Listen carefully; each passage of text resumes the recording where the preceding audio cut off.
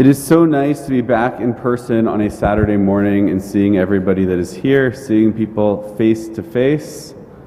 I know last week was our first Shabbat in a while back, and this week we've now expanded to a larger crowd here at the shul.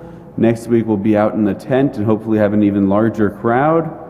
And it's just really, really wonderful to have these kinds of occasions to celebrate and see each other and to come together as a community with our rituals and traditions.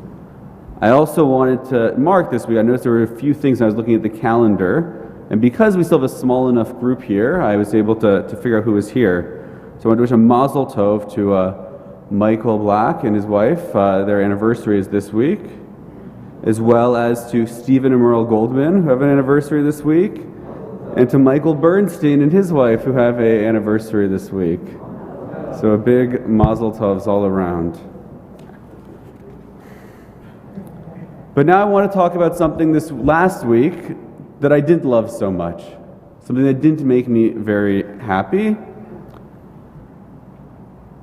What's been going on at Ryerson University. Recently, it was discovered in a residential school in British Columbia, a mass grave of 200 plus children. And since then, there's been a campaign to change the university's name to X University or to something else. And this past Sunday, the statue of Egerton Ryerson was defaced. It was torn down, it was beheaded, and the head now rests on a pike on land that's in dispute between developers and the Six Nations. And it's not what happened at Ryerson specifically that's bothered me, but what's been going on all over. There are lots and lots of statues that are being removed. The first Prime Minister, Sir John A. Macdonald, up in Picton, his statue is being removed. Alexander Wood here in downtown Toronto, his statue is slated to be removed. In the US, we've seen protests, vandalism, and even violence break out over the issue of tearing down statues. Statues of Confederate figures, General Robert E. Lee, General Stonewall Jackson, President of the Confederacy, Jefferson Davis, and others. But also statues of figures like Christopher Columbus. In fact, in just the last couple of years, it's not just that there have been hundreds of statues and monuments and plaques taken down in Canada and the United States, but all around the world. Statues in France, in England, in Ireland, South Africa, Belgium, Cambodia, India, Colombia. Now, with everything that's been going on in the world over the past couple months, I promised myself that this week I wasn't going to do another sermon about anti-Semitism. And I'm not. But I'm going to make a short diversion, because I don't think I can talk about statues and not mention this. Just 35-minute drive away from us in Oakville, there's a cemetery. And some of you may have seen when it came up in the news for a couple of days last year, and some of you may not, because it was quickly out of the news cycle.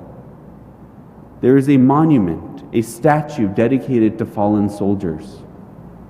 My issue isn't that there's a statue dedicated to fallen soldiers, but that in this case, the soldiers in question were members of the 14th SS Division, soldiers who had pledged their allegiance to Hitler, Nazis. And last year in 2020, somebody spray painted on the statue, Nazi War Monument.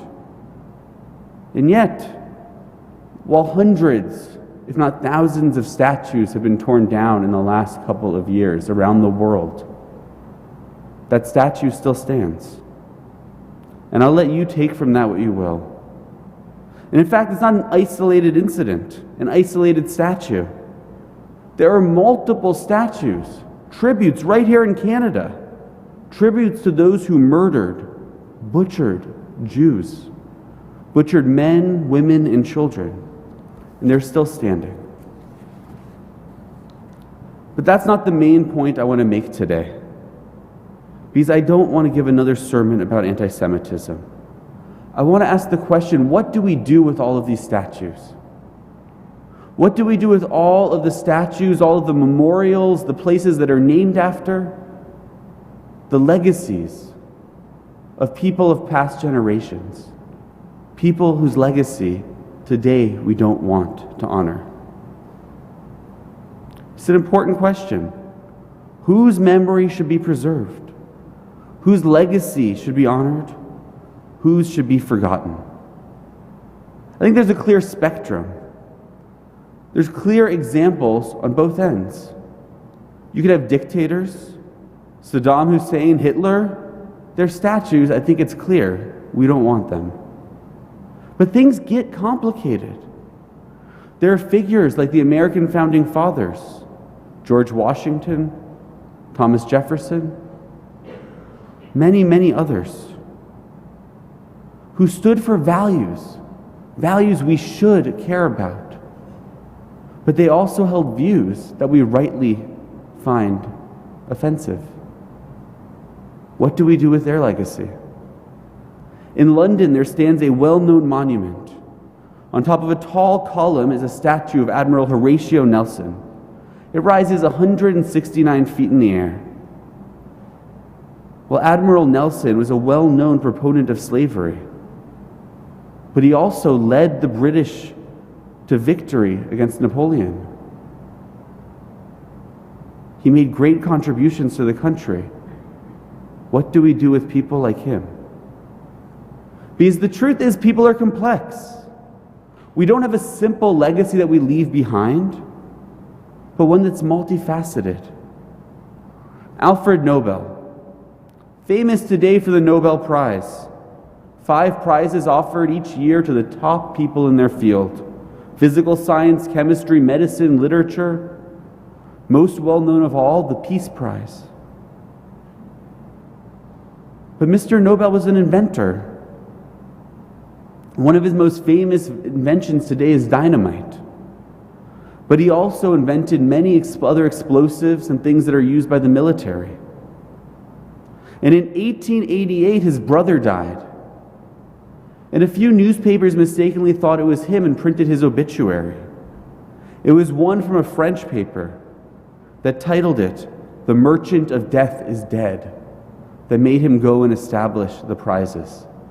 Because he wanted to be remembered for something else. He wanted to leave behind a different legacy. And yet still, part of his legacy is also death. What do we do with his memory? Henry Ford invented the assembly line, not just cars, but enabled mass production. So much of our quality of life, the ability to have well-made objects for affordable prices, it's thanks to him. And yet, as many of you probably know, he was also an anti-Semite. The Reverend Dr. Martin Luther King, he plagiarized much of his doctoral thesis. Even Mother Teresa has done things that can and should be criticized. People are complicated. So what do we do when a legacy has different sides to it? Whose get remembered? There are people today who want to cancel, who want to stop playing classical music, who want to take down famous paintings throughout history from museums, because the people who painted them, the people who composed them, even books, the people who wrote them, held views that today we find offensive, did things that today would be morally reprehensible. But again, I think it's safe to say that anybody from before the last decade, but maybe even the last century, has done something that today we would find offensive. And that's the problem. There are clear sinners. But the truth is, there is no saint without sin. In our Parsha this week, we have Korah. It's a complicated figure. Yeshayahu Leibowitz, he explains in his mind what Korach's true sin was. Korach says that everybody is holy. And what Leibowitz tells us is he's making a mistake. There is only one thing in the world that is holy, one thing in the universe, God. God is holy, and human beings can try to be holy, but nobody is fully that. And that's what our tradition asks us to strive to be holy, but recognizes that only God is truly holy, and the rest of us are just doing our best. We will make mistakes. And that's the issue at hand. There are clear sinners. There are people whose statues I don't want to see.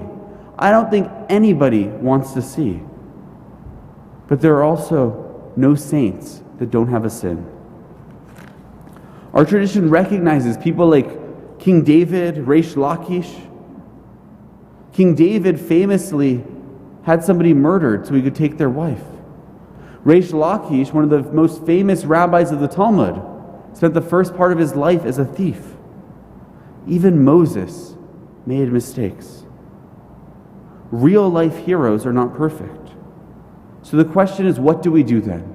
What do we do about those who have contributed in some way to society, but also impacted the world negatively or did something wrong? Egerton Ryerson made great contributions to public education. For a while, he lived with the local indigenous community. He even fought to help them keep their land. Now, I'm not a member of a community indigenous to this area. I'm not a student, alumni, or faculty member of Ryerson University. And I don't know that I really should have a personal say in what happens to a statue there or to the name of the school. I'm not black.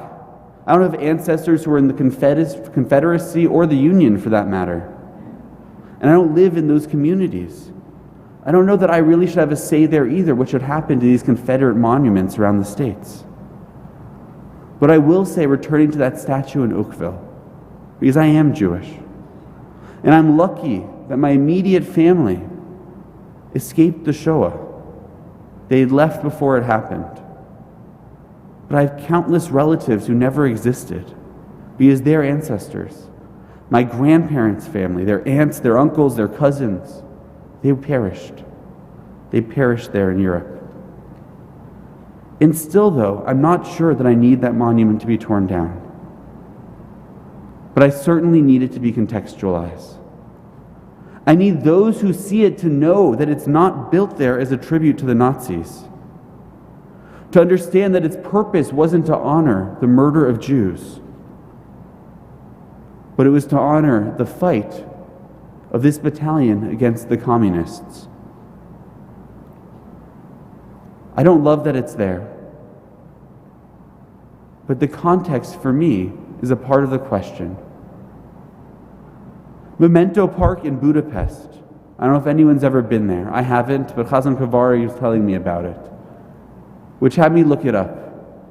And I actually really like what they've done there. In Budapest, there is a place, an attraction, where you can visit. And they brought all of the statues of Lenin and Marx and all the Hungarian communist leaders. After the Iron Curtain fell, they brought it to this place where families can go and visit and tour. They can read about the history of what happened and who these people were, what they did, good and bad. And you can go there. Schools take tours, tourists take tours.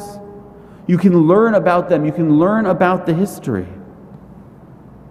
So many places in Europe removed their statues.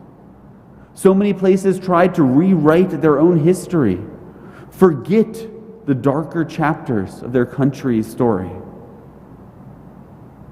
And the problem with that is that when we forget the past, we repeat it. And that's not the Jewish way. Again, this week we read Parshat Korach. The reading itself is not named after the good guys, but the bad guy. This was an old Western movie. Korach would be in the black hat, Moses wearing the white.